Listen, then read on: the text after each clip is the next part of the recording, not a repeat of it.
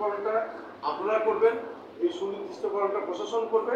করার পরে আমাদের যদি কোনো দলীয় নেতাকর্মী যদি এর সাথে জড়িত থাকে, আমরা আপনাদেরকে দ্ব্যর্থহীনভাবে স্পষ্টভাবে বলছি 24 ঘন্টা লাগবে না, আমরা শোনার সাথে সাথেই তাৎক্ষণিক আমরা তার বিরুদ্ধে সর্বোচ্চ কঠোর ব্যবস্থা গ্রহণ করব। এবং আরেকটি বিষয় আমি শেষ করে দিই, আরেকটি বিষয় আপনাদের কাছে বিনীত হবে, আমরা রংপুর মহানগর বিএনপি বিনীত হবে আপনাদের কাছে আমরা একটা জিনিস নিবেদন করছি যে দেখবেন সারা বাংলাদেশে কি হয়েছে আমরা সেটা বলবো না, কিন্তু রংপুর মহানগরীতে আপনাদের সকলের সহযোগিতায় এবং রংপুরবাসীর সহযোগিতায় এখন পর্যন্ত কিন্তু একটি বাড়ি ঘর দোকানপাট আক্রান্ত হয়নি বা বড় কোনো ঘটনা ঘটেনি।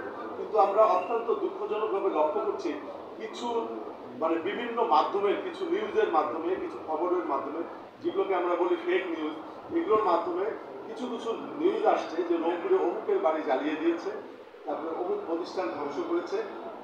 তো আমরা রংপুর মহানগর বিএনপি থেকে আপনাদের কাছে আমরা বিনীতভাবে অনুরোধ করছি যে আমরা এই রংপুর মহানগরীতে রাজনীতি করি, আপনারা আমাদের সম্বন্ধে জানেন, আমাদের অতীত বর্তমান কর্মকাণ্ড সব কিছু।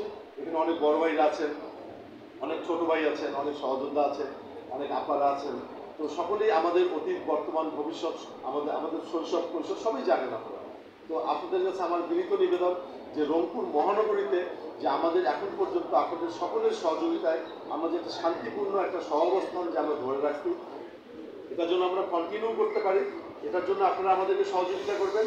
এবং পাশাপাশি আপনাদের লিখনির মাধ্যমে এই যে একটা কিছু ফেক নিউজ যে করছে যে এখানে অমুকের বাড়ি তমুকের বাড়ি পড়েছে, এটাও আপনারা আপনাদের লিখনির মাধ্যমে একটু স্পষ্ট করে দেবেন যে অন্তত রংপুর মহানগরীতে এরকম কোনো ঘটনা ঘটবে। এবং আমাদের এই কর্মকাণ্ড শুধু আজকে না, প্রত্যেকটা জিনিসের শেষ ভালো যার সব ভালো তার। আজকের এই ছাত্র জনতার যে গণ অভ্যুত্থান, এই গণ অভ্যুত্থান কিন্তু একটা শিক্ষণীয় বিষয়, একটা লিসন, আমাদের সকলের জন্য একটা শিক্ষণীয় বিষয় আর কি। আমরা এই শত সহস্রাধিক শহীদের রক্তের বিনিময়ে যে আমরা